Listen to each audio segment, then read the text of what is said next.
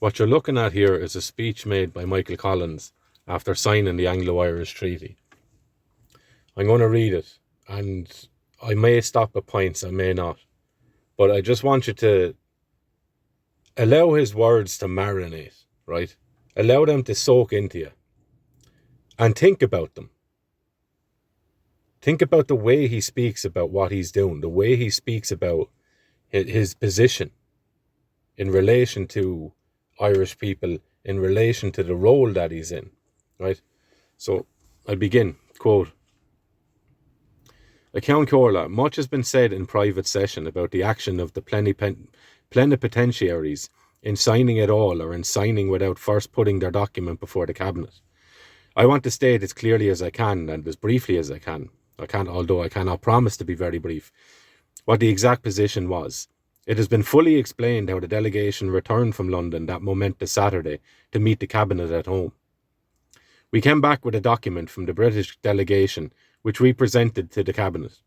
Certain things happened at that cabinet meeting, and the delegation, on returning, put before the British delegation as well as they could their impressions of the decisions, I will not say conclusions, arrived at that cabinet meeting. I do not want unduly to press the word decisions.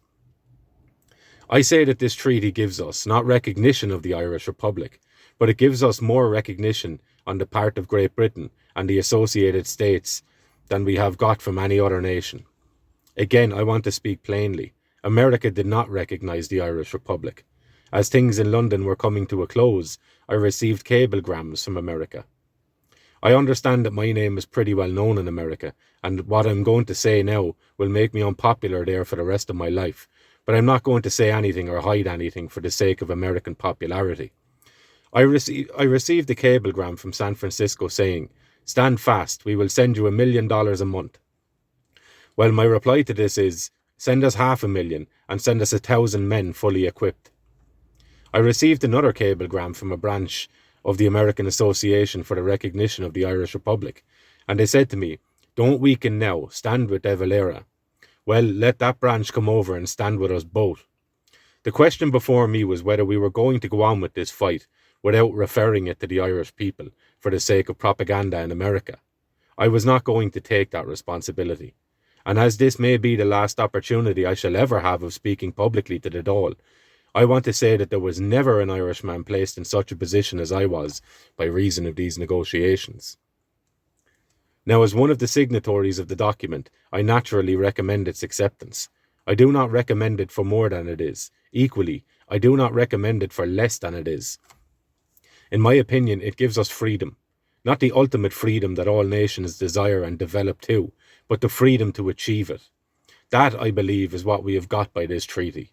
We have got the freedom to achieve the evacuation of our country, to be the masters of our own households, to be able to develop our own resources and to build a nation. I know there are those who say we should have held out for more, but I ask them, held out for what? For a war that we could not win? For a republic that the world was not ready to recognise? The results of our labour are before the Dáil. Reject or accept. The President has suggested that a greater result could have been obtained by more skillful handling. Perhaps so. But there again, the fault is not the delegations. It rests with the Dáil.